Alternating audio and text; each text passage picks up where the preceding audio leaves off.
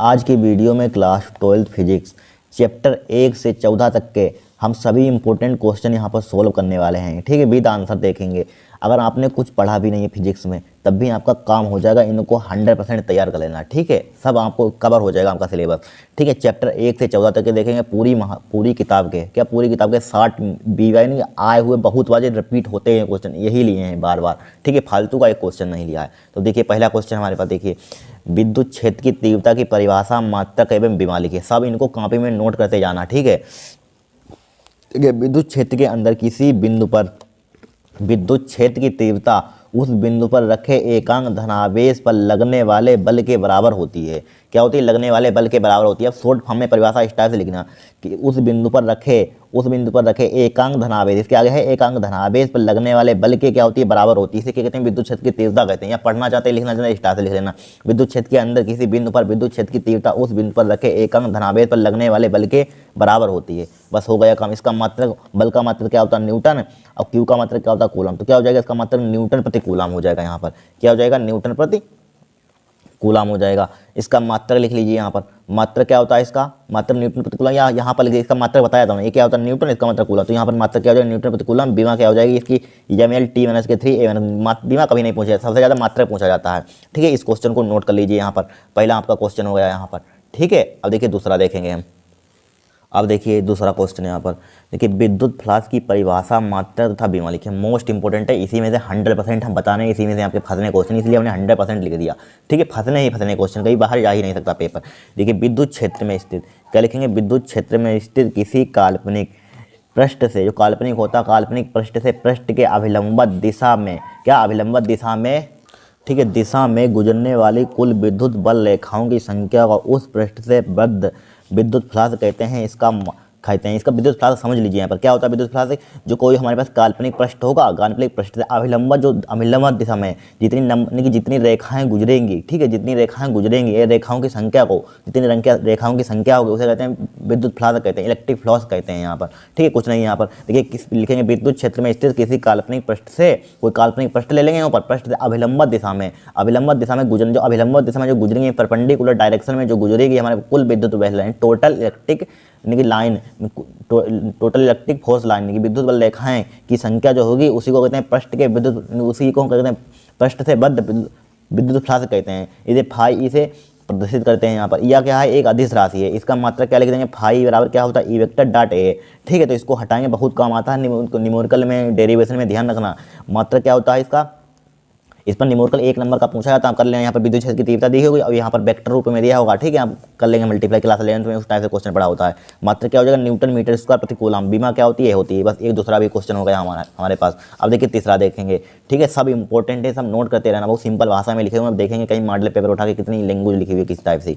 ठीक है, अब देखिए तीसरा क्वेश्चन, कूलम का विद्युत बल संबंधी नियम लिखिए। कूलम का विद्युत बल संबंधी हमें नियम लिखना है। यहाँ पर कुछ नहीं है, बहुत ही सिंपल है, आ सकता है इस बार 100% इसके आने के चांसेस है, क्योंकि ये बहुत दिनों से आया नहीं है, लेकिन इस बार हम 100% कह सकते हैं आएगा जो कूलम का नियम किसी ना किसी सेट में छपना ही छपना है। देखिए क्या होता है, किन्हीं दो आवेशों के बीच लगने वाला विद्युत बल आवेशों के गुणनफल के अनुपाती तथा उनके बीच की दूरी के वर्ग के व्युत्क्रमानुपाती होता है। देखिए हमारे पास क्या है, यहाँ पर दो आवेश हैं, Q1 है Q2, इनके बीच की डिस्टेंस हमारे पास क्या R है। तो माना Q1 Q2 कूलम के दो आवेश हैं, R दूरी पर, जो कि हमारे पास क्या है, R डिस्टेंस पर रखे हैं, उनके बीच आरोपित बल निकालें। जिस टाइप से आपने वो पढ़ा होगा, क्या होता है वो गुरुत्वाकर्षण का नियम क्लास 11, उसी टाइम से सेम टू सेम सही समझ लीजिए वही है, सिर्फ वहाँ पर द्रव्यमान होता है, यहाँ पर आवेश हो जाता है। ठीक है, R मीटर की दूरी पर रखें, उनके बीच आरोपित बल। देखिए F हो तो F क्या होगा, किन्हीं दो आवेशों के बीच लगने वाला विद्युत बल क्या होता है, विद्युत बल आवेशों का गुणनफल कर देते हैं, आवेशों के गुणनफल के अनुक्रमानुपाती तरह उनके बीच की दूरी के वर्ग के इनवर्सली प्रोपोर्शनल होता है, यानी कि व्युत्क्रमानुपाती होता है। ठीक है, यह व्युत्क्रमानुपाती 1/r², ये डाल देंगे समीकरण 2, समीकरण 1 को 2 को मिलाएंगे हम। देखिए इसको ऊपर बढ़ा लेते हैं, 1 और 2 को मिलाएंगे हम, तो क्या हो जाएगा, देखिए F इधर भी F है, इधर भी F है, तो F आ जाएगा यहाँ पर। फिर क्या आ जाएगा, Q1 Q2, ये नीचे आ जाएगा R। तो यहाँ पर जब समानुपाती का चिन्ह हटा दें, क्या है, कांस्टेंट आएगा 1/4πε0 Q1 Q2 R, न्यूटन इसका मात्रक हो जाएगा। बस इतना आपको लिख देना है, कुछ नहीं है, बहुत ही सिंपल है। ठीक है, बहुत सिंपल भाषा में लिखा हुआ। किस टाइप से लिखेंगे, इसी से परिभाषा बना देंगे हम। देखिए किन्हीं दो आवेशों के बीच लगने वाला विद्युत बल आवेशों का गुणनफल तथा उनके बीच आवेशों का गुणनफल के अनुक्रमानुपाती, ठीक है, तथा उनके बीच की दूरी के वर्ग के व्युत्क्रमानुपाती होता है, इनवर्सली प्रोपोर्शनल होता है। बस हो गया काम, इन दो को मिला देंगे, आपका काम हो जाएगा। ठीक है, कोई नहीं है, नोट कर लीजिए। यहाँ पर एक दूसरा क्वेश्चन भी हो गया हमारे पास। तीसरा हो गया सॉरी। अब देखिए चौथा देखेंगे। चौथा देखिए 4 × 10⁻⁹ कूलामीटर द्विध्रुव आघूर्ण का कोई विद्युत द्विध्रुव 5 × 10⁴ न्यूटन प्रति कूलाम परिमाण क्या परिमाण की किसी एक समान विद्युत क्षेत्र की दिशा में 30 डिग्री पर संरेखित है। द्विध्रुव पर कार्यरत बल आघूर्ण का परिमाण परिकलित कीजिए। मोस्ट इंपोर्टेंट क्वेश्चन है, 100% आने के चांसेस हैं इसके। क्या एनसीईआरटी का क्वेश्चन में उठाया है, किसका एनसीईआरटी का, फालतू नहीं लिया एनसीईआरटी क्वेश्चन आते हैं एग्जाम में, ध्यान रखना। आया हुआ होगा, मैं एनसीईआरटी किताब से लिया है। कब उन क्वेश्चन अब मैच कर लेना। 1.10 था एनसीईआरटी किताब में, ठीक है 1.10 था। देखिए यहाँ पर क्या दिया है 4 × 10⁻⁹ कूलाम मीटर। 4 × 10⁻⁹ कूलाम मीटर का मतलब क्या है, यहाँ पर क्या दिया हुआ कूलाम मीटर बताइए। यहाँ पर इसका मतलब क्या है, यानी कि पी का मान, ठीक है विद्युत द्विध्रुव आघूर्ण कह रहा है यहाँ पर, तो पी विद्युत द्विध्रुव आघूर्ण किससे लिखते हैं, पी बराबर लिखते हैं, ठीक है 4 × 10⁻⁹ कूलाम मीटर लिख दिया, यहाँ पर लिख दिया कूलाम मीटर, ठीक है। कोई एक विद्युत द्विध्रुव 5 × 10⁻⁴ न्यूटन प्रति कूलाम, न्यूटन प्रति कूलाम परिमाण की एक समान विद्युत क्षेत्र में, यानी कि विद्युत क्षेत्र की तीव्रता दे दी यहाँ पर, इलेक्ट्रिक फील्ड इंटेंसिटी, ठीक है ई बराबर यहाँ पर ई बराबर कितना दिया 5 × 10⁴ दे दिया यहाँ पर न्यूटन प्रति कूलाम है। क्या है न्यूटन प्रति कूलाम, परिमाण की एक समान विद्युत क्षेत्र की दिशा में 30 डिग्री पर, एंगल का मान कितना दिया थीटा बराबर हमें दे दिया है 30 डिग्री, ठीक है 30 डिग्री। द्विध्रुव पर कार्यरत बल आघूर्ण का परिमाण परिकलित कीजिए। बल आघूर्ण ज्ञात करना है एक प्रकार का, हमें टॉर्क ज्ञात करना है। क्या ज्ञात करना है, टॉर्क। इसके लिए डायरेक्टली फार्मूला होता है, टाउ बराबर होता है पी साइन थीटा। क्या होता है, पी साइन थीटा। देखिए पी का मान जरा बताना कितना है 4 × 10⁻⁹ है, ठीक है मल्टीप्लाई ई का मान कितना हमारे पास, ई का मान 5 × 10⁻⁴ है, 5 × 10⁻⁴ है, साइन थीटा का मान कितना है 30 डिग्री है, यहाँ पर कितना है 30 डिग्री। तो टाउ बराबर कितना हो जाएगा 5 × 20 हो जाएगा, यहाँ पर कितना हो जाएगा 5 × 20, ठीक है राइट।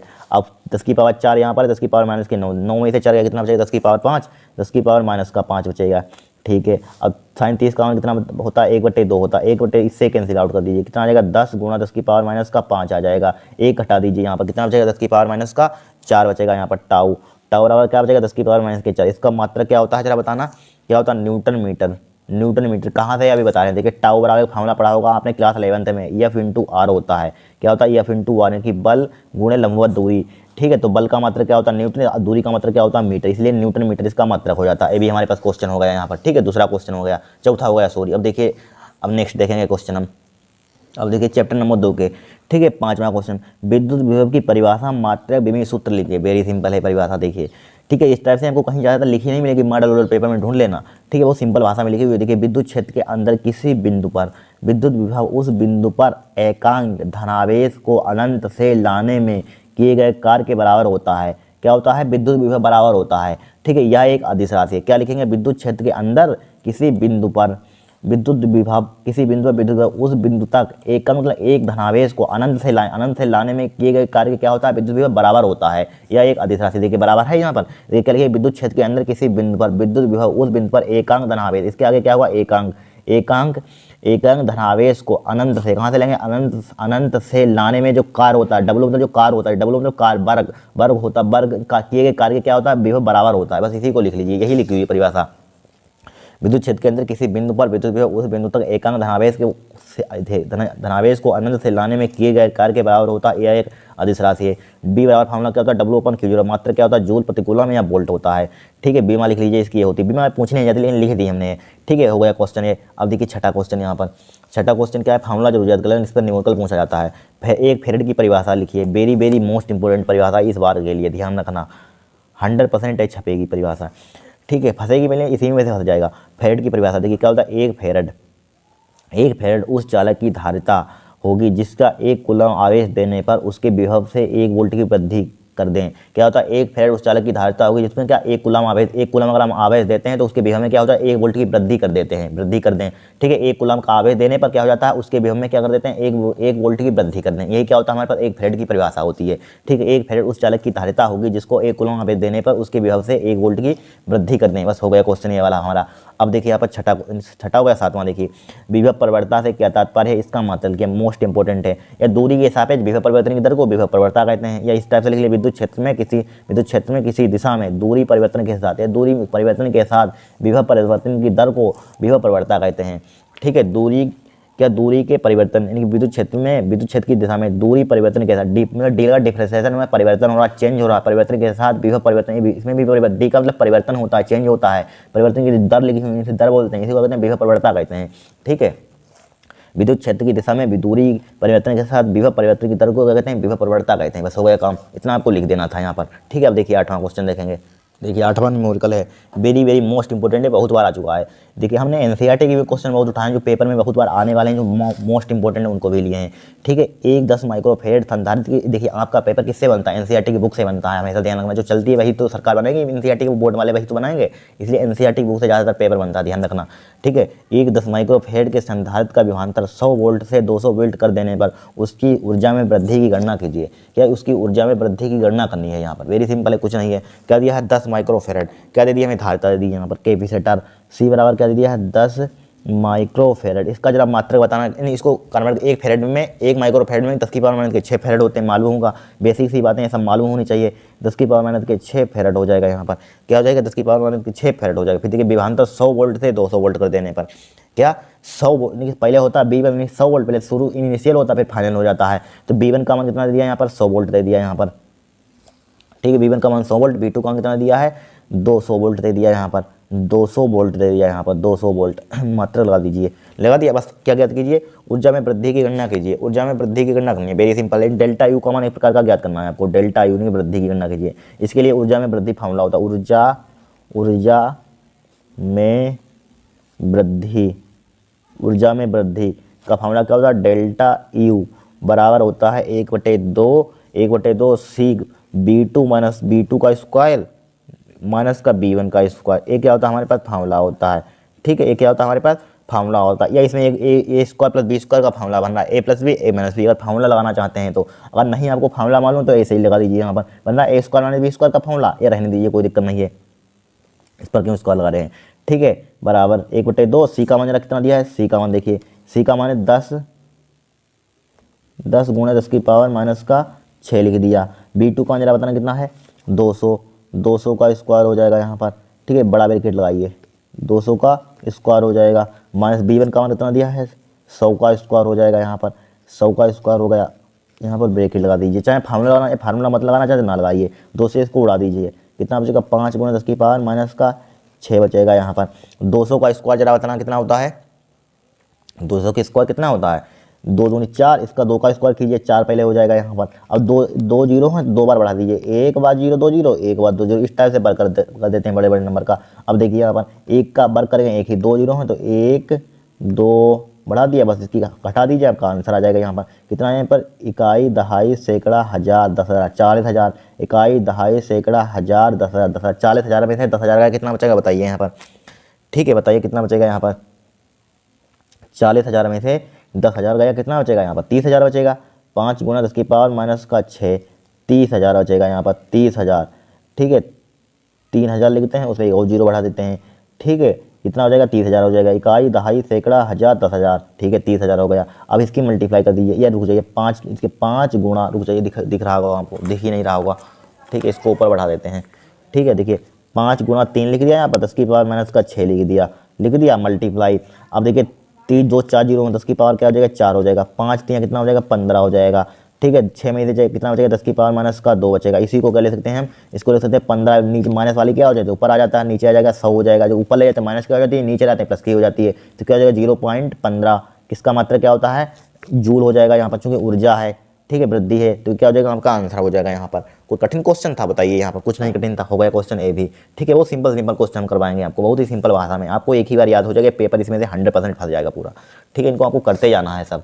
ठीक है, नेक्स्ट क्वेश्चन देखेंगे। देखिए अब देखिए इस क्वेश्चन को, मोस्ट इंपॉर्टेंट है, ध्यान रखना क्या है, वेरी वेरी इंपॉर्टेंट है, लगातार आया है। मुक्त इलेक्ट्रॉनों के अनुगमन वेग अथवा अपवाह वेग से क्या तात्पर्य है। देखिए 15 17 19 22 23 लगातार आया हुआ है, ध्यान रखना।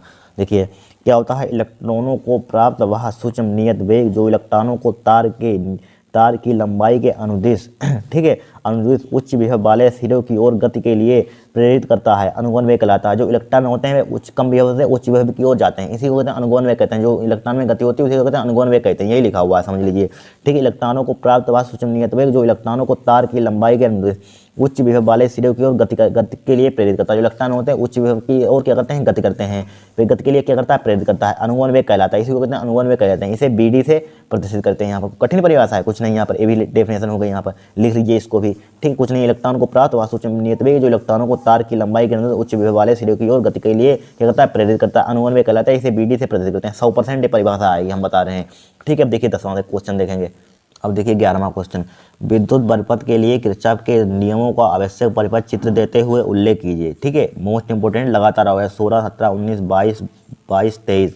ठीक है, 20, 22, 23। देखिए यहाँ पर 5 नंबर के पूछे जाएंगे।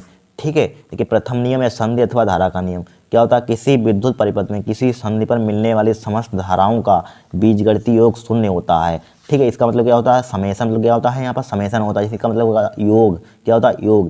ठीक है, किसी विद्युत परिपथ में किसी संधि पर मिलने वाली समस्त धाराओं का बीजगणितीय योग क्या होता है, शून्य होता है। अर्थात इसका इतना ले सकते हैं, या यहाँ पर इस पर न्यूमेरिकल स्टाइल से पूछा जाएगा। यहाँ पर मान लीजिए हमारे पास संधि, यहाँ पर 3-4 लाइनें ले ली, यहाँ पर इसका मतलब कि अंदर की ओर जा रही है धारा, यहाँ पर अंदर की ओर जा रही है, यहाँ पर बाहर निकल रही है, यहाँ पर बाहर निकल रही है, यहाँ पर आप किसी भी प्रकार का बना सकते हैं, इधर बाहर निकाल सकते हैं, उधर बाहर निकाल सकते हैं। लेकिन यहाँ पर देखिए अंदर की ओर जा रही है लाइन तो अंदर जा रही है, यहाँ पर अंदर जा रही है, इसमें देखिए बाहर की ओर लाइन जा रही है तो बाहर धारा निकल रही है।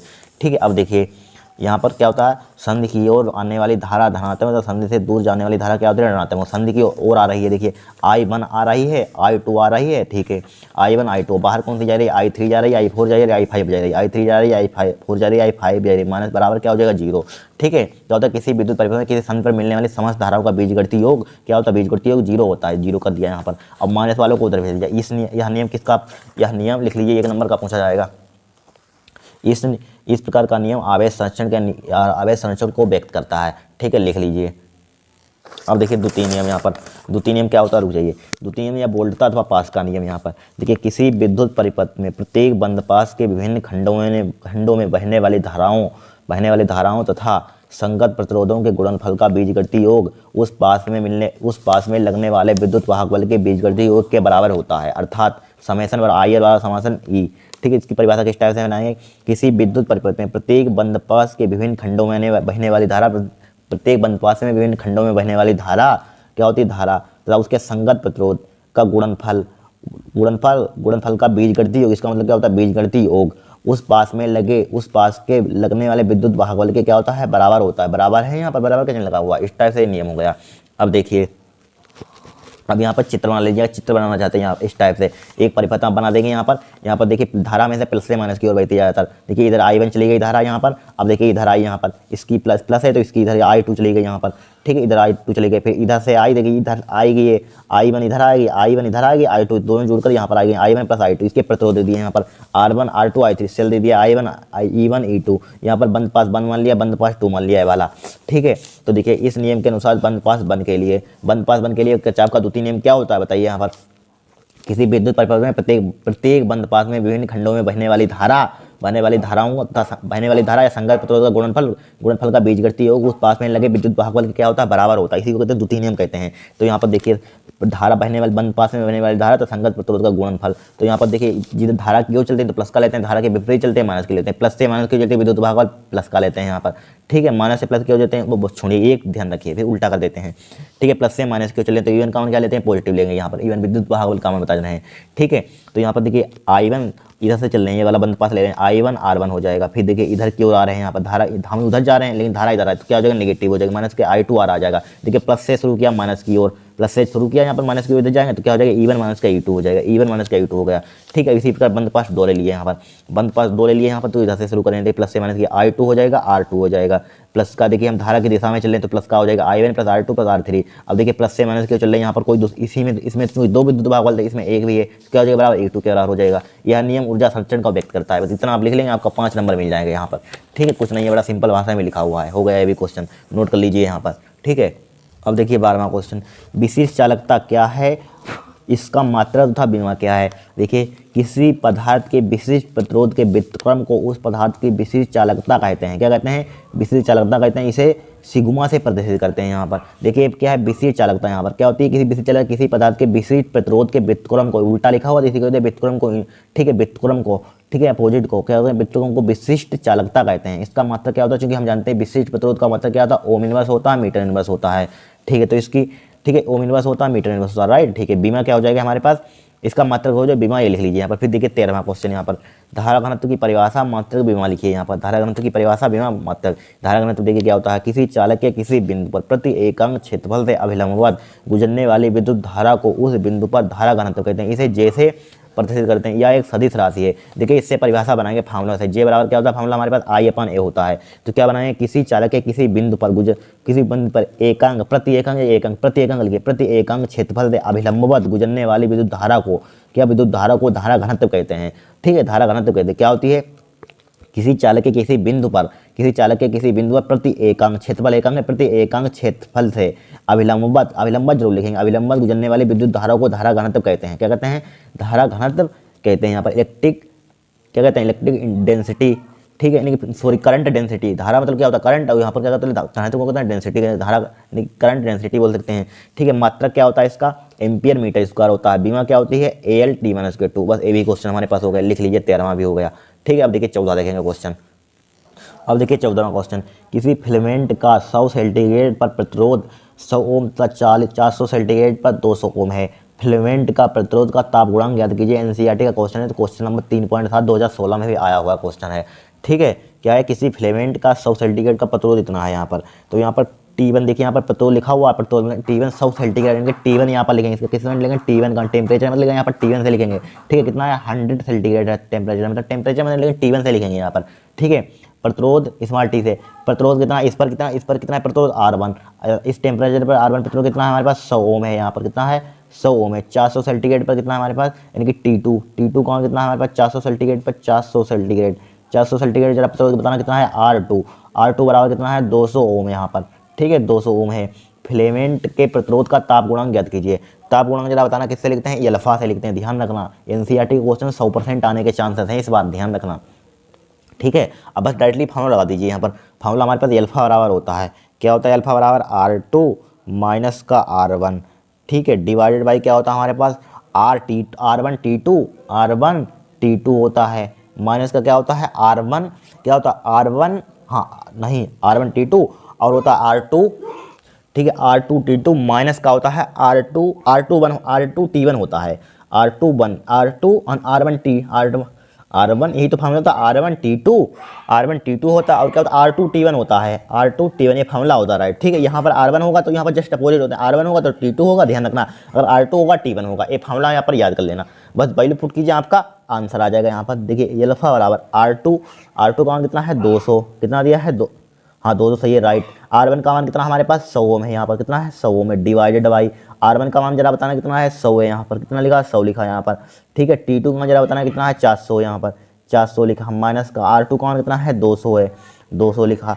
T1 का मान जरा बताना कितना है, 100 है यहाँ पर, ठीक है। इसको केल्विन में मत कन्वर्ट कर लेना, नहीं तो सब बेकार हो जाए क्वेश्चन, ठीक है। जो दिया है उसी टाइप से लिखेंगे हम, ठीक है। बस वैल्यू पुट कीजिए, कैलकुलेशन कीजिए, आपका आंसर आ जाएगा। अल्फा बराबर 200 में से 100 घटाना कितना बचेगा, 100 बचेगा यहाँ पर, डिवाइडेड बाई 400 की इसमें मल्टीप्लाई करेंगे कितना आ जाएगा यहाँ पर, 40,000 आ जाएगा यहाँ पर, ठीक है। 2 2 4 माइनस का इसकी मल्टीप्लाई करेंगे कितना आ जाएगा, 20,000 आ जाएगा यहाँ पर, नहीं 20,000 कैसे, यहाँ पर 100 लिखा हुआ, सही है, 20,000 आ जाएगा, 20,000, ठीक है। 40,000 में से 20,000 घटाएगा कितना बचेगा, 40,000, लेकिन हाँ सही है, ठीक है। 40,000 में से 20,000 घटाइए, कितना बचेगा यहाँ पर आपका, ठीक है। जब 40,000 में से 20,000 घटाएंगे हम, कितना बचेगा, 20,000 बचेगा यहाँ पर, कितना बचेगा, 20,000 तो बचेगा, 20,000 बचेगा। तो अल्फा बराबर यहाँ पर 100 लिखा है यहाँ पर, बटे 20,000 बचेगा, 20,000 20,000 ठीक है, 20,000 बचा। अब देखिए 2 जीरो से 2 जीरो उड़ा दीजिए, कितना बचेगा, 1/200 बचेगा यहाँ पर, 1/200 बचा, राइट, ठीक है। अल्फा बराबर इसको लिख सकते हैं 1/2 और मल्टीप्लाई क्या लिख सकते हैं, इसको हम क्या लिख सकते हैं, 10 की पावर, यहाँ पर उसको ऊपर ले जाइए, क्या हो जाएगा, मल्टीप्लाई 10 की पावर माइनस का 2 हो जाएगा, इसको भाग कीजिए 0.5 हो जाएगा, उन्हें 10 की पावर माइनस के 2 हो जाएगा। इसका मात्र क्या होता है, अल्फा बराबर, ठीक है। ताप गुणांक की परिभाषा पूछी गई थी 2023 में। ध्यान रखना, लिखवाई थी मैंने, जो आंसर कराया था, लिख लेना अगर आंसर नहीं किया है, ठीक है।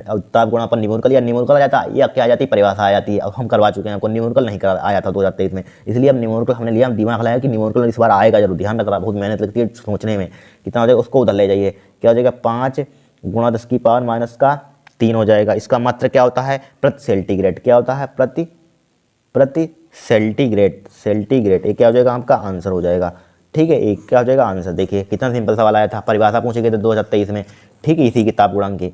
अब 14 क्वेश्चन हो गया, देखिए 15 देखेंगे हम। देखिए 15वां क्वेश्चन मोस्ट इंपॉर्टेंट है, मोस्ट वांटेड क्वेश्चन, ध्यान रखना बोर्ड का। देखिए अनुमेय तथा उमेय परिपथ से आप क्या समझते हैं, प्रत्येक के दो उदाहरण दीजिए। ग्राफ ही खिंचवाता है, 2023 में ग्राफ ही खिंचवाया था। देखिए अनुमेय वे विद्युत परिपथ या अनुमेय पर, देखिए या अनुमेय परिपथ आ सकता है, या अनुमेय चालक आ सकता है, या अनुमेय प्रतिरोध आ सकता है। कोई भी परिभाषा है, आपको 3 में से यही लिखनी है, ध्यान रखना, ठीक है।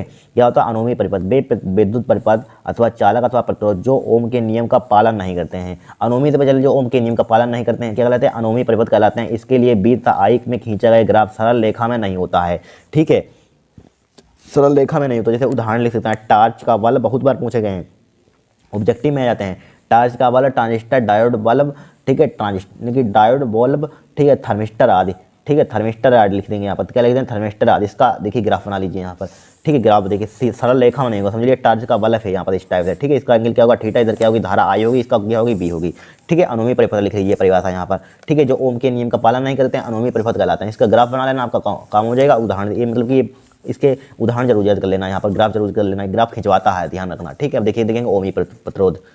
देखिए ओमी परिपथ क्या होते हैं, देखिए वे विद्युत परिपथ अथवा चालक अथवा प्रतिरोध जो ओम के नियम का पालन, ओम का नियम का पूर्णता पालन करते हैं। क्या करते हैं, पूर्णता पालन करते हैं, ओमी परिपथ कहलाते हैं, ठीक है, ओमी परिपथ कहलाते हैं। इसके लिए बीज तथा आई के में खींचा गया ग्राफ सरल रेखा में होता है, ठीक है। ओम जो ओम के नियम का पालन करते हैं, इसके लिए सरल रेखा में होता है, जस्ट उल्टा कर देते हैं। उदाहरण क्या लिख देंगे, तांबा का तार, टंगस्टन का तार, पारा आदि, ये उदाहरण आप लिख लेंगे यहाँ पर। इसके लिए ग्राफ बना लेंगे यहाँ पर, ठीक है। सरल रेखा में हुआ, यहाँ पर क्या हुआ, सरल रेखा में हुआ। देखिए सरल रेखा में या क्या एंगल थीटा हुआ, ठीक है। इधर क्या होगी हमारे पास, विभवांतर बी होगा यहाँ पर, ठीक है। ग्राफ भी बना लीजिए यहाँ पर, इंपॉर्टेंट है ग्राफ बनाना, ठीक है। ये भी क्वेश्चन हो गया हमारे पास। अब देखिए नेक्स्ट देखेंगे हम। अब देखिए 16वां क्वेश्चन, लोरेंज बल क्या है, इसके लिए व्यंजक लिखिए यहाँ पर।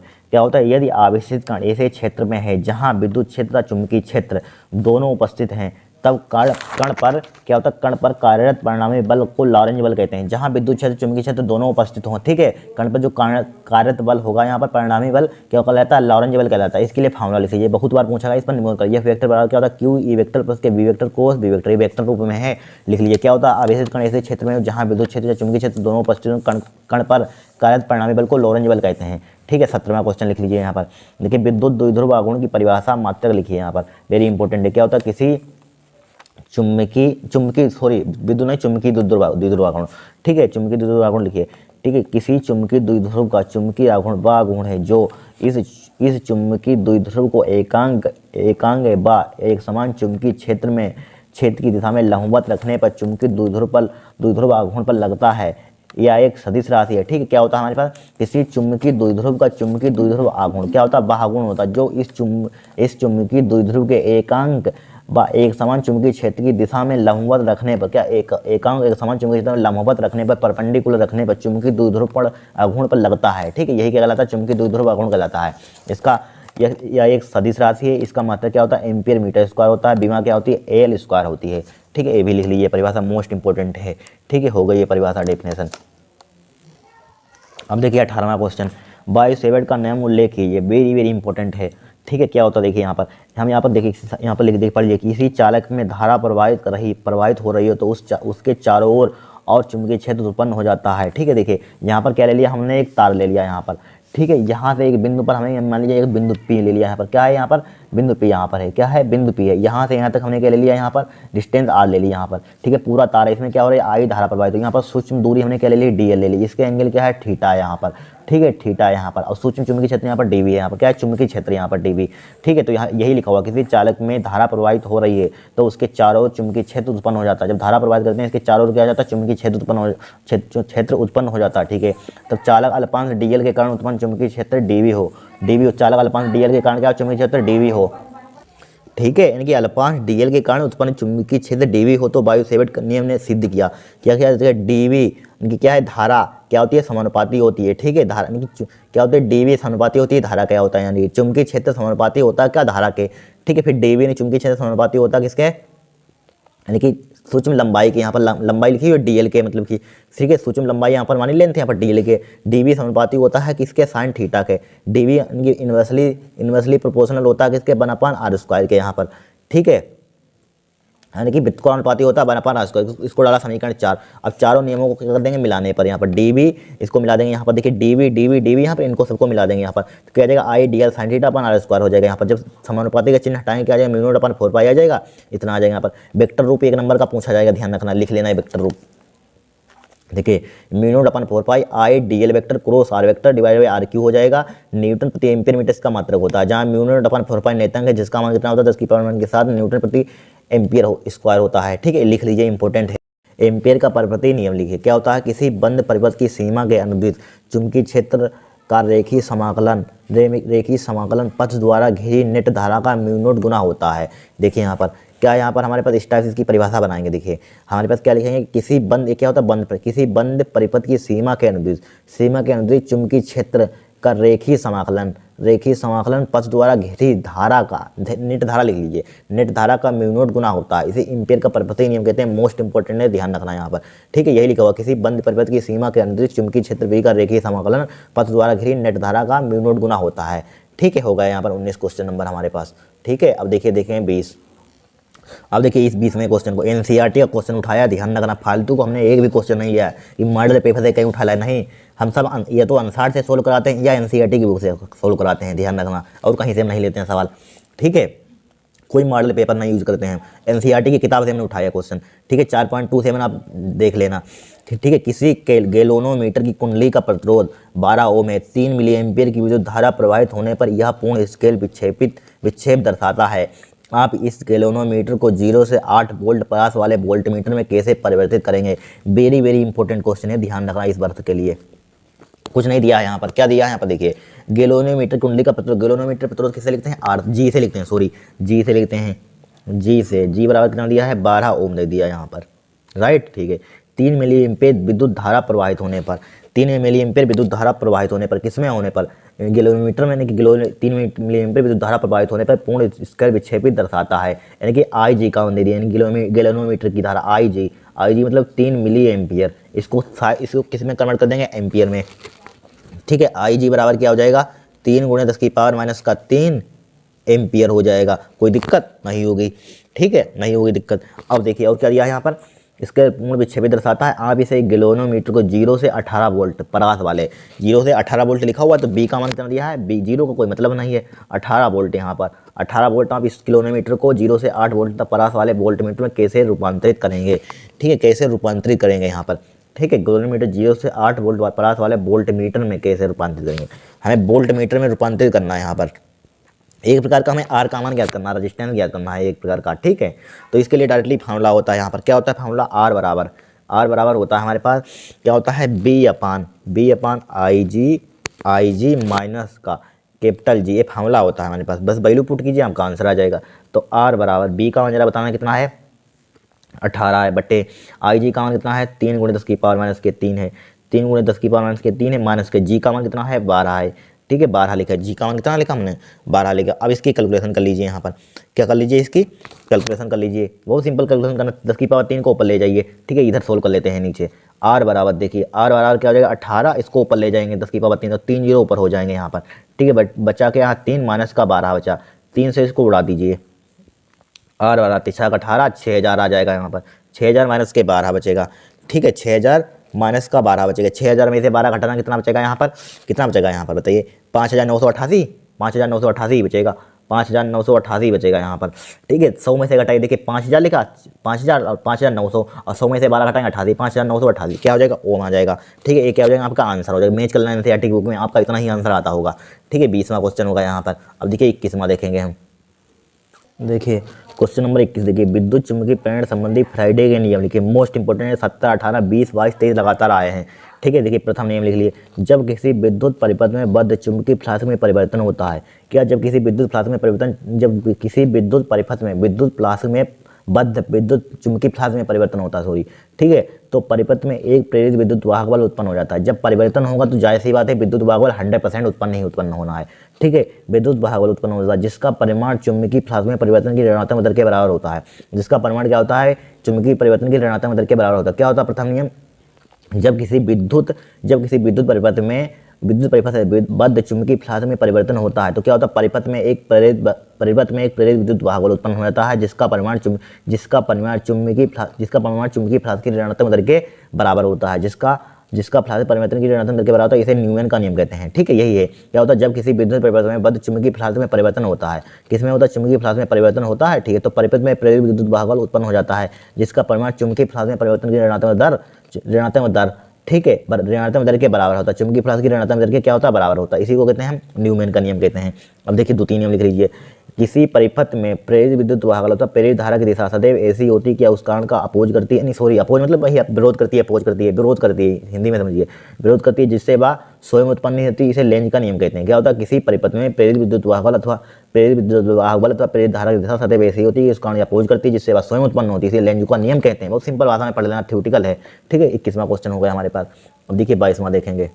अब देखिए क्वेश्चन नंबर 22, एक हेनरी अन्योन्य प्रेरण गुणांक की परिभाषा दीजिए। क्या होती है, देखिए यदि प्राथमिक कुंडली में 1 एम्पीयर प्रति सेकंड की दर से 1 एम्पीयर प्रति सेकंड की दर 1 एम्पीयर परिवर्तन की दर से धारा परिवर्तन होने से द्वितीय कुंडली में 1 वोल्ट का विद्युत वाहक बल प्रेरित हो तो दोनों कुंडलियों के बीच अन्योन्य प्रेरण गुणांक 1 हेनरी होगा, ठीक है। क्या होता है, यदि प्राथमिक कुंडली में 1 एम्पीयर प्रति सेकंड की दर से धारा परिवर्तन होने से द्वितीय कुंडली में 1 वोल्ट का विद्युत वाहक बल प्रेरित हो तो दोनों कुंडलियों के बीच अन्योन्य प्रेरण गुणांक कितना होगा, 1 हेनरी होगा। लिख लीजिए, मोस्ट इंपोर्टेंट है, बहुत बार आ चुकी परिभाषा। अब देखिए 23वां क्वेश्चन, देखिए स्वप्रेरण गुणांक अथवा स्वप्रेरकत्व की परिभाषा व मात्रक लिखे यहाँ पर। देखिए क्या होता है, लिख लीजिए, ठीक है। देखिए स्वप्रेरक गुणांक का स्वप्रेरकत्व उस प्रेरित विद्युत वाहक बल के बराबर होगा जब कुंडली में धारा परिवर्तन की दर एकांक हो।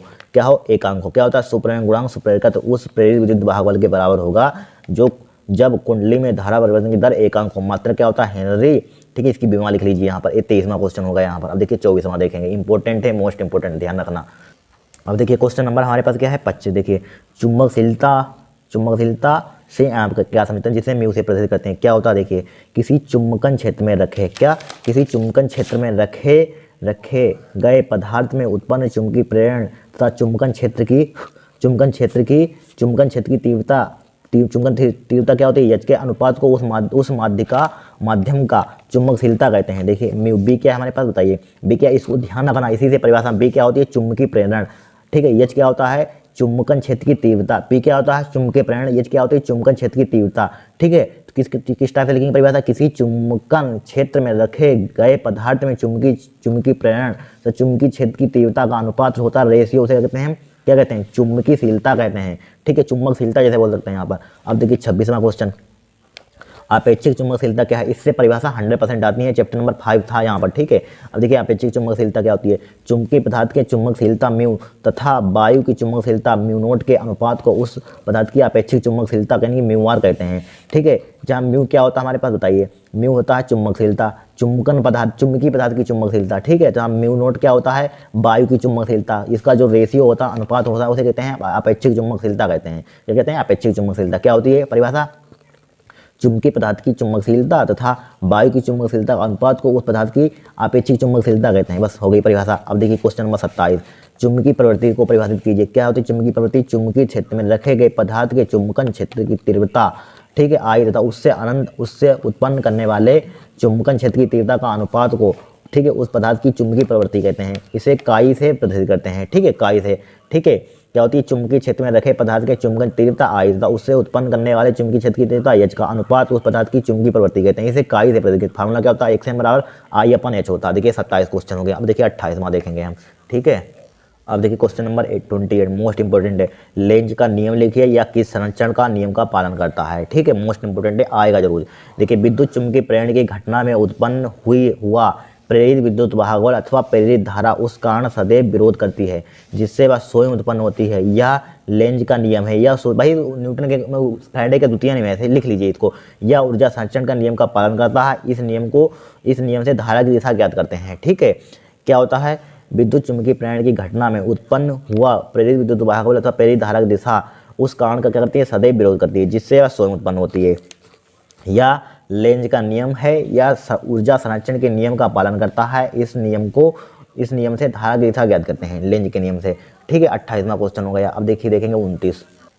देखिए 29, 0.2 वेबर प्रति मीटर स्क्वायर के चुंबकीय क्षेत्र में 10 सेंटीमीटर स्क्वायर पृष्ठ क्षेत्रफल की एक आयताकार कुंडली 20 रेडियन प्रति सेकंड के नियत कोणीय वेग से घूम रही है। ठीक है, नियत कोणीय वेग से क्या रही है, घूम रही है। उत्पन्न अधिकतम प्रेरित विद्युत वाहक बल ज्ञात कीजिए। वेरी इंपॉर्टेंट क्वेश्चन है। ठीक है, हमें चूंकि दिया गया यहाँ पर, देखिए यहाँ पर क्वेश्चन देखिए, समझिए यहाँ पर कह रहा है दिया, सिंपल भाषा में समझिए क्या दिया है यहाँ पर, 0.2 वेबर प्रति मीटर स्क्वायर। 0.2 वेबर प्रति मीटर स्क्वायर क्या होता है यहाँ पर, चुंबकीय क्षेत्र में। तो यहाँ पर चुंबकीय क्षेत्र की बी का मान दे दिया यहाँ पर 0. स्पिन को ले लेते हैं, नीले को, 0.2 वेबर प्रति मीटर स्क्वायर। ठीक है, कोई लिख लीजिए, वेबर प्रति मीटर स्क्वायर। चुंबकीय क्षेत्र में 10 सेंटीमीटर स्क्वायर यानी कि एरिया दे दिया, क्षेत्रफल। ठीक है, यानी कि एक का मान दे दिया कितना, 10 सेंटीमीटर स्क्वायर। अब देखिए इसको किस में कन्वर्ट करना है हमें, चूंकि यहाँ पर मीटर एक यूनिट में रखिए। ठीक है, तो क्या हो जाएगा, 10 गुणा 10 की पावर किससे कर देंगे, -2 से क्या कर देंगे, मल्टीप्लाई कर देंगे। लेकिन यहाँ पर स्क्वायर लगा, गलती मत करना, यहाँ पर स्क्वायर तो इसके ऊपर भी स्क्वायर लगते हैं, यहीं पर सब गच्चा खाते हैं, ध्यान रखना। ठीक है, ए बराबर क्या हो जाएगा यहाँ पर, 10 गुणा 10 की पावर क्या हो जाएगा, पावर भी पावर लगी होती है, क्या होती है, पावर की मल्टीप्लाई होती है। तो क्या बचेगा, 10 की पावर -3 बचेगा। यहाँ पर ए का माना गया। ठीक है, ए का मान तो निकाल लीजिए, कुंडली में गुजरने वाला चुंबकीय फ्लक्स पहले निकालिए। ठीक है, पहले कुंडली में गुजरने वाला चुंबकीय फ्लक्स निकालिए यहाँ पर। ठीक है, कुंडली में गुजरने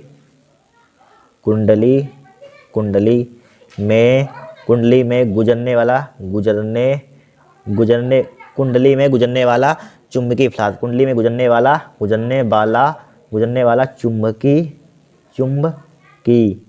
चुंबकीय फ्लास्क लिखिए, कुंडली में गुजरने वाला चुंबकीय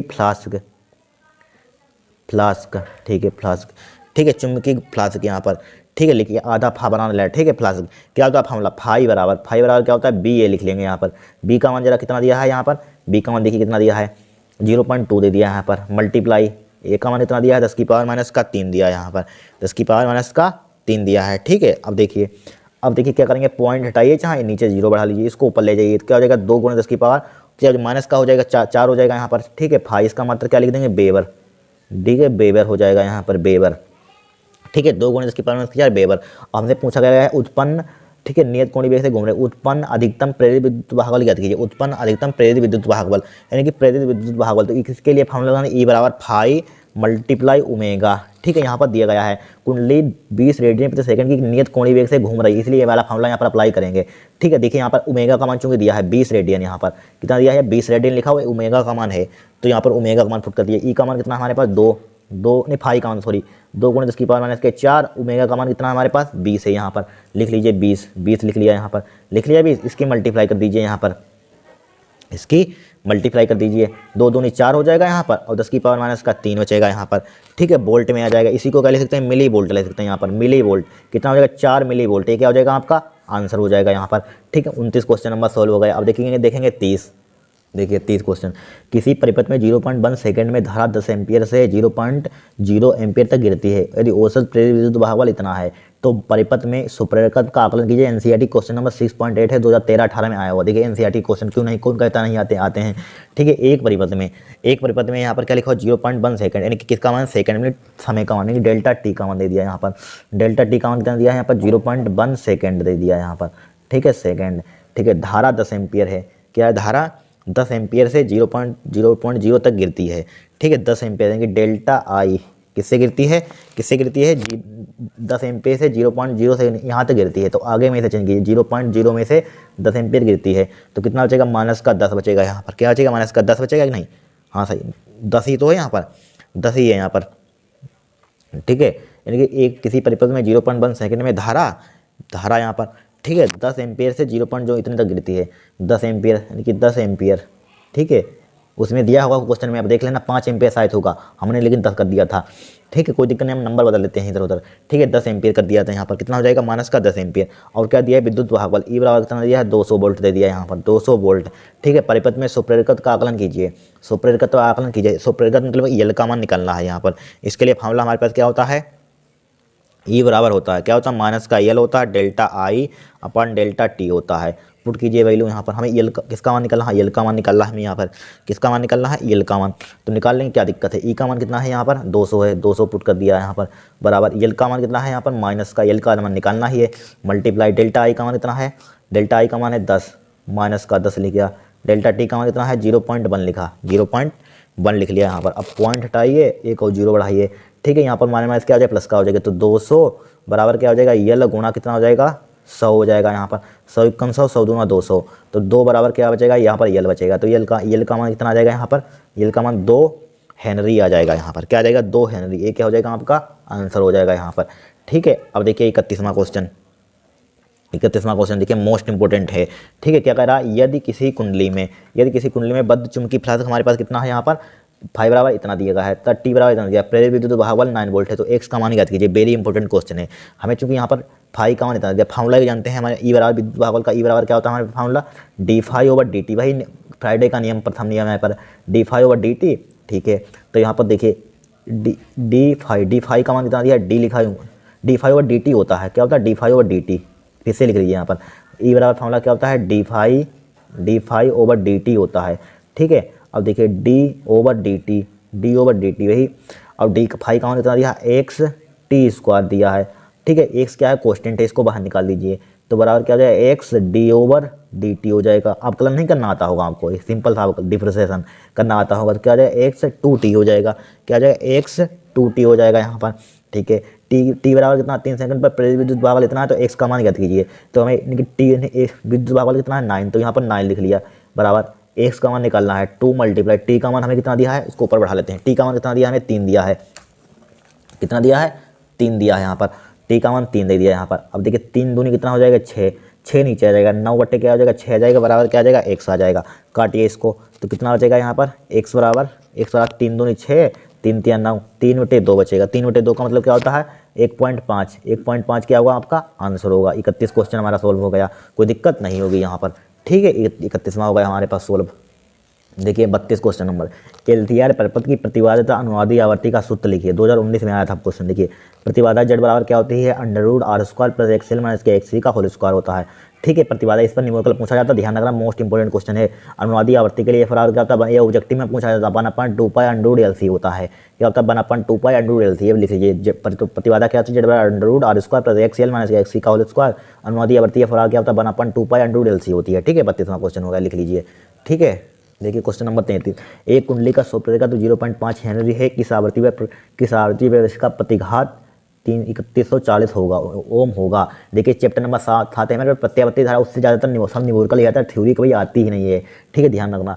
एक कुंडली का स्व प्रतिघात कितना दिया है 0.5 दे दिया, यानी कि एल का मान कितना दिया यहाँ पर 0.5 हेनरी दे दिया यहाँ पर, ठीक है। किस आवृत्ति पर इसका प्रतिघात 3140 ओम होगा, यानी किस आवृत्ति पर मतलब कि आवृत्ति का मान यहाँ पर फाइंड करना है, ठीक है। अब प्रतिघात मतलब कि एक्सएल का मान कितना दिया यहाँ पर 3140 दे दिया यहाँ पर 3140, राइट। अब देखिए एक फार्मूला एक्सएल का फार्मूला क्या होता है, एक्सएल बराबर क्या होता है बताइए यहाँ पर, लेकिन एक्सएल बराबर देखिए क्या होता है ओमेगा एल होता है फार्मूला, एक्सएल बराबर क्या होता है ओमेगा एल, 3140 ओमेगा बराबर क्या होता है फार्मूला 2 पाई एफ होता है, क्या होता है 2 पाई एफ होता है, 2 पाई एफ, एल तो एच टी 3140 हो जाएगा यहाँ पर।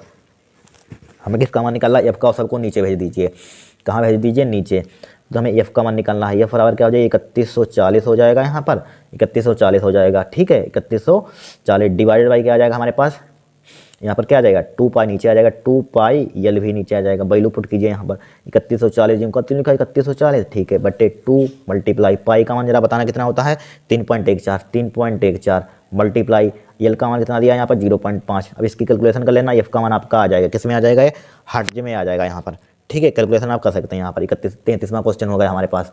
अब देखिए 34वां क्वेश्चन, 60 माइक्रोफेरेड धारिता के संधारित्र का 600 हर्ट्ज आवृत्ति पर प्रतिघात ज्ञात कीजिए, क्या ज्ञात कीजिए प्रतिघात ज्ञात कीजिए। यहाँ पर वेरी सिंपल है, यहाँ पर क्या दिया यहाँ पर धारिता दी सी बराबर, ठीक है 60 माइक्रोफेरेड यहाँ पर, ठीक है 60 माइक्रोफेरेड, ये बहुत पहले के क्वेश्चन है, ध्यान रखना, ठीक है एनसीईआरटी के नहीं, यहाँ पर बहुत पहले आए हुए थे क्वेश्चन, ठीक है। सी बराबर क्या दिया 60 माइक्रोफेरेड है, यहाँ पर क्या है 60 माइक्रोफेरेड है, ठीक है। और हमें क्या दे दिया यहाँ पर 60 माइक्रोफेरेड यहाँ पर, ठीक है, ठीक है। 2000 समझ लिए, ये वाला क्वेश्चन कब आया था मालूम है, ये 2000 में आया था, सन 2000 में, सन 2001 में आया था, ठीक है, जब आपका जन्म भी नहीं हुआ 2000 में और 2001 में, किताब से लिया है हमने, ठीक है। अब ये कब क्वेश्चन आया था मालूम है, ये ये लगभग आया था हमारे पास क्वेश्चन, लगभग आया था ये शायद शायद 2010 में आया था, किताब से लिया था, ठीक है। 60 माइक्रोफैराड धारिता के संधारित्र 600, इस टाइप से मॉडल पेपर में नहीं दिए होंगे क्वेश्चन। हर्ट्ज आवृत्ति पर प्रतिघात ज्ञात कीजिए। सी बराबर क्या है 60 माइक्रोफैराड, कितना है हमारे पास 60 माइक्रोफैराड, ठीक है। आवृत्ति कितनी दी हमें, एफ का मान, एफ का मान कितना, इसको चेंज कर लिया 60 गुणा 10 की पावर क्या हो जाएगा हमारे पास 1 माइक्रोफैराड 10 की पावर माइनस के 6 फैराड, 10 की पावर माइनस का 6 फैराड होता है। 600 हर्ट्ज यहाँ पर लिखा हुआ है, 600 हर्ट्ज मतलब कि एफ का मान, एफ का मान कितना दिया है 600 हर्ट्ज दे दिया यहाँ पर, 600 हर्ट्ज दे दिया यहाँ पर, ठीक है। अब देखिए फार्मूला होता है यहाँ पर, आवृत्ति पर प्रतिघात ज्ञात कीजिए। प्रतिघात एक सी बराबर, एक सी बराबर क्या होता है 1/, ओमेगा सी होता है, ठीक है। तो ओमेगा का मान क्या होता है 2 पाई एफ सी हो जाएगा। तो एक्स सी बराबर 1/2 2 पाई का मान कितना होता है बताइए 3.14 मल्टीप्लाई एफ का मान 600 मल्टीप्लाई सी का मान 60 गुणे 10 की पावर माइनस का 6। कैलकुलेशन करना, आपका आंसर आ जाएगा यहाँ पर, कैलकुलेशन आप करेंगे, ठीक है। यहाँ पर इतना टाइम नहीं है जो करते हैं, ठीक है। किस में आ जाएगा ये, ओम में आ जाएगा आंसर यहाँ पर, ठीक है। ओम में आपका आंसर आ जाएगा। 34वां क्वेश्चन हो गया हमारे पास। अब देखिए 35वां क्वेश्चन, विद्युत चुम्बकीय तरंगों के अभिलक्षण लिखिए। क्या होता है, विद्युत चुम्बकीय तरंगें त्वरित आवेशों द्वारा उत्पन्न होती हैं, ठीक है। इंपॉर्टेंट है, मोस्ट इंपोर्टेंट, ऑब्जेक्टिव में पूछा जाता है विद्युत चुम्बकीय उत्पन्न होती है क्या, त्वरित आवेशों द्वारा। अब दूसरा लिख लीजिए, इन तरंगों के संचरण के लिए माध्यम की आवश्यकता नहीं होती है, ठीक है। अब तीसरा लिख लीजिए यहाँ पर, ये तरंगें निर्वात अथवा मुक्त स्थान में 1/μ0 एक सरल नोट से वेग से चलती हैं, जिसका मान प्रकाश की चाल के सी के बराबर होता है। सी के बराबर होता है, ऑब्जेक्टिव में पूछा गया था, जो 2023 में बहुत बार पूछा गया था, ठीक है। आपको सिर्फ वर्क करना था, आपका आंसर आ जाता है यहाँ पर, ठीक है। फिर देखिए यहाँ पर चौथा, निर्वात में औसत विद्युत ऊर्जा घनत्व कितना होता है 1/2 एक सरल नोट ई स्क्वायर था। औसत चुंबकीय ऊर्जा घनत्व कितना होता है b²/2μ0 होता है। क्या होता है 2μ0 होता है यहाँ पर, ठीक है। 4 ही लिख लीजिए, ज़्यादा मत लिखिए यहाँ पर, ठीक है। यहीं पर इतने हो गया। 35वां क्वेश्चन हो गया। अब देखिए 36 देखेंगे। देखिए क्वेश्चन नंबर 36, पराबैंगनी किरणों के दो उपयोगों के लिखिए। क्या नकली दस्तावेजों में अंगुलियों के निशानों को पता लगाने में, क्या होता है नकली दस्तावेजों में अंगुलियों के निशानों को पता लगाने में, मोस्ट इंपोर्टेंट है। 36वां लिख लीजिए। अब देखिए 37वां लिख लीजिए क्वेश्चन, चैप्टर नंबर 7 का लिख लीजिए। बांटहीन धारा क्या अर्थ है। देखिए ऐसी धारा जिसे किसी परिपथ में प्रवाहित करने पर व्यय शक्ति शून्य प्राप्त हो, बांटहीन धारा कहलाती है। क्या होती है, ऐसी धारा जिसे किसी परिपथ में प्रवाहित करने पर व्यय शक्ति शून्य प्राप्त हो, बांटहीन धारा कहलाती है, ठीक है। 38वां लिख लीजिए, विद्युत अनुनाद क्या है, मोस्ट इंपोर्टेंट है, होती है परिभाषा, ठीक है। इसको ऊपर थोड़ा सा बढ़ा लेते हैं, रुक जाइए इसको। देखिए किसी विद्युत परिपथ की वह स्थिति जब किसी विशेष अनुनादी आवृत्ति पर उस परिपथ के प्रतिबाधाओं का क्या प्रवेशता का मान परस्पर निरस्त हो जाए, क्या हो जाए परस्पर निरस्त हो जाए, विद्युत अनुनाद कहलाता है। क्या होता है, किसी विद्युत परिपथ की वह स्थिति जब किसी शेष अनुनादी आवृत्ति पर उस परिपथ की प्रतिबाधाओं का लिख लीजिए, प्रवेशता लिख दें, क्या मान क्या हो जाए परस्पर निरस्त हो जाए, विद्युत अनुनादी कहलाती है यहाँ पर, ठीक है। 38वां क्वेश्चन हो गया, लिख लीजिए।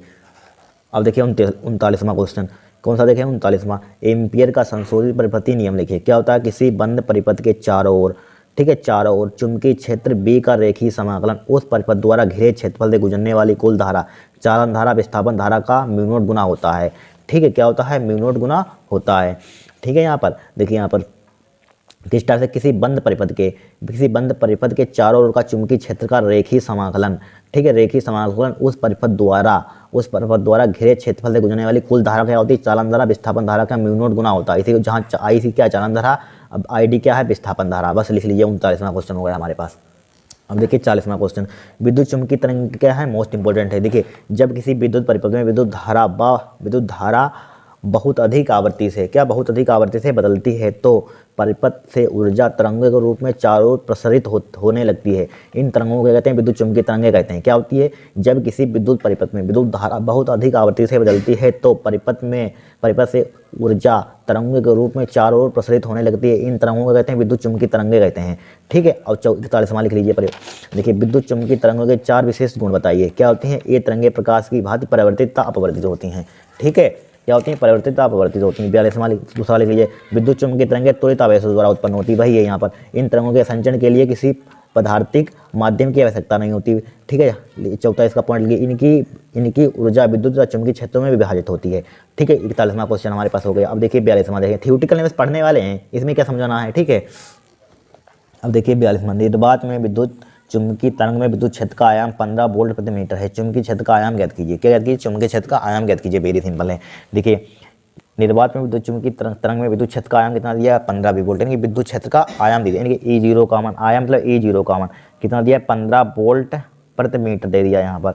ठीक है, चुंबकीय क्षेत्र का आयाम ज्ञात कीजिए। यहाँ पर क्या ज्ञात कीजिए, अब देखिए क्या ज्ञात कीजिए, यहाँ पर चुंबकीय क्षेत्र का आयाम ज्ञात कीजिए, यानी ई, हाँ चुंबकीय क्षेत्र की B0 का मान ज्ञात करना है। यहाँ पर एक फार्मूला होता है हमारे पास, क्या होता है, ई बराबर वैसे फार्मूला हम जानते हैं क्या होता है, ई, हाँ ई बराबर होता है, ई बराबर वैसे फार्मूला BC होता है, लेकिन B0 लगा देते हैं, E0 लगा देते हैं। ठीक है, फार्मूला यहाँ पर ध्यान रखना, हमें क्या याद करना, चुंबकीय क्षेत्र का आयाम, तो B0 का मान ज्ञात करना, B0 बराबर क्या हो जाएगा, E0 अपन क्या हो जाएगा C, E0 का मान कितना दिया यहाँ पर 15 दे दिया यहाँ पर। अब प्रकाश की चाल कितनी होती है, 3 × 10⁸ होती है, 3 × 10⁸, 3 से इसको काटिए, 15 हो जाएगा। तो B0 बराबर क्या हो जाएगा, 5 × 10⁸ बचेगा यहाँ पर। इसका मात्रक क्या होता है, टेस्ला। ये क्या हो जाएगा, आपका आंसर हो जाएगा, इसको ऊपर ले जाएंगे माइनस का हो जाएगा। ठीक है, ये आपका आंसर हो जाएगा यहाँ पर। 42वां क्वेश्चन हो गया हमारे पास। अब देखिए 43वां देखेंगे। देखिए क्वेश्चन नंबर 43, किसी पतले प्रिज्म द्वारा न्यूनतम विचलन तथा कोणीय विक्षेपण के लिए सूत्र लिखिए। देखिए न्यूनतम विचलन क्या होता है, डेल्टा m बराबर होता है n - k1 × a होता है। कोणीय विक्षेपण क्या होता है, थीटा बराबर NV नहीं वोलेंट नहीं बैगनी माइनस का r मतलब रेड, ठीक है, इंटू a होता है। क्या होता है, कोणीय विक्षेपण का formula NB - k NR × a। ठीक है, डेल्टा m बराबर क्या होता है n - k1 × a यहाँ पर। ठीक है, अब देखिए 44वां क्वेश्चन, कांच के एक उत्तल लेंस को कांच से अधिक अपवर्तनांक वाले द्रव में डुबाने पर उसकी फोकस दूरी तथा प्रकृति पर क्या प्रभाव पड़ेगा। देखिए क्या प्रभाव पड़ेगा, देखिए फोकस दूरी बढ़ जाएगी, लेंस अवतल लेंस को कहते हैं अपसारी लेंस की भांति व्यवहार करेगा। ठीक है, देखिए समझ लिए, कांच से एक उत्तल लेंस को कांच से अधिक अपवर्तनांक वाले द्रव में डुबाने पर तो उसकी फोकस दूरी पर क्या प्रभाव पड़ेगा। ठीक है, क्या पड़ेगा, बढ़ जाएगी, फोकस दूरी बढ़ जाएगी, लेंस अवतल लेंस अपसारी लेंस की भांति व्यवहार करेगा। अब देखिए 45वां क्वेश्चन। ठीक है, देखिए एक जिसकी क्षमता, ठीक है, एक लेंस लिख लीजिए, लेंस होगा यहाँ पर, एक लेंस जिसकी क्षमता दो डायोप्टर माइनस के 1 डायोप्टर है, क्षमता वाले दूसरे लेंस के साथ युग्म बनाता है। लेंस की तुल्य फोकस दूरी क्या होगी, वेरी सिंपल है, यहाँ पर लेंस की तुल्य फोकस दूरी ज्ञात करनी। P1 का मान कितना दिया यहाँ पर, P1 का मान दे दिया है 2 डायोप्टर, और P2 का मान कितना दिया है यहाँ पर, P2 बराबर क्या दिया है, -1 डायोप्टर।